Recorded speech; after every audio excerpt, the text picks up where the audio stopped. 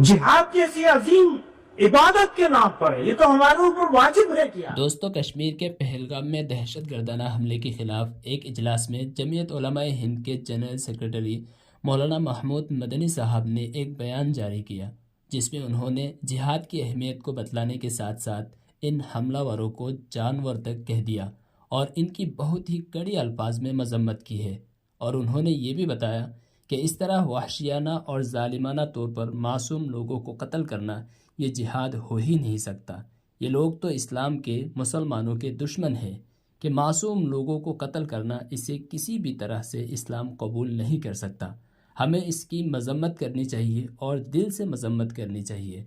आप मौलाना महमूद मदनी साहब का बयान सुनिए। उनको बेईमान कहें, जानवर कहें, मुसलमानों का इस्लाम का दुश्मन है, जो कहें सब कम है।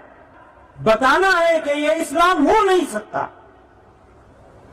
अब किसी कीमत पर कोई मुसलमान किसी बेगुनाह को इस तरह जुल्मन कत्ल करे, इसकी कोई इजाजत कभी नहीं हो सकती, हालात कैसे भी क्यों ना हो जाए। अपने दिल से इसको बुरा समझ रहा है कि ये बुरा काम है, गलत काम हुआ है, नाइंसाफी हुई है, जुल्म हुआ है, और वो भी इस्लाम के नाम पर, जिहाद जैसी अजीम इबादत के नाम पर है। ये तो हमारे ऊपर वाजिब है किया। हम अगर जिहाद से बाहर हो गए तो हम तो खत्म हो गए, और ये अगर जिहाद है तो फिर तो हो गया काम हमारा। ये कभी जिहाद नहीं हो सकता, ये फसाद के अलावा कुछ नहीं है। तो दोस्तों, आपने मौलाना महमूद मदनी साहब का बयान सुना है। इस बारे में आपकी क्या राय है, कमेंट करके हमें ज़रूर बताइए। इसी तरह एक साहब ने मौलाना साद साहब के बारे में दारुल उलूम देवबंद से एक सवाल किया है। ये भी बहुत अहम है, आपको भी इस सवाल और जवाब को सुनना चाहिए। उस शख्स ने दारुल उलूम देवबंद से सवाल किया है कि बाज़ लोगों का ये इल्ज़ाम है कि दारुल उलूम देवबंद ने पैसे लेकर मौलाना साद साहब के खिलाफ फतवा दिया था। ये बात मीडिया में भी आई थी। मेहरबानी करके वजाहत कर दे कि मौलाना साद साहब के खिलाफ फतवा के पीछे क्या असबाब और मुहर्रिकात थे। क्या मौलाना साद साहब के बयानात सुन सकते हैं? मेहरबानी करके ज़रूर जवाब दे। इस पर दारुल उलूम देवबंद की तरफ से जवाब आया है। बिस्मिल्लाहिर्रहमानिर्रहीम। अल्हम्दुलिल्लाह, दारुल उलूम देवबंद के अकाबिर का दामन पैसे लेकर फतवा देने से पाक रहा और अब तक पाक है।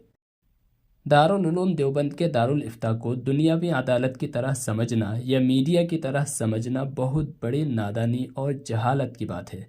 ऐसा इल्ज़ाम लगाना बाजारी लोगों का काम है। सारी दुनिया इसकी आज़मत और सदाकत पर एतमाद करती है। सूरज पर खाक फेंकने से सूरज का कुछ नहीं बिगड़ता। ये सवाल जो आपने हमारे पास भेजा है, इसे मौलाना मोहम्मद इब्राहिम, मौलाना अहमद लाट, भाई खालिद, भाई मुजम्मिल वगैरह के पास भेजना चाहिए।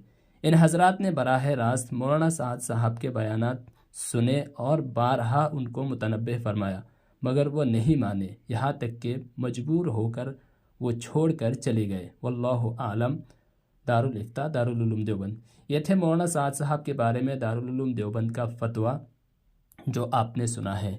इस वीडियो के बारे में आपकी क्या राय है? ये वीडियो आपको कैसी लगी, कमेंट करके हमें ज़रूर बताइएगा। शुक्रिया।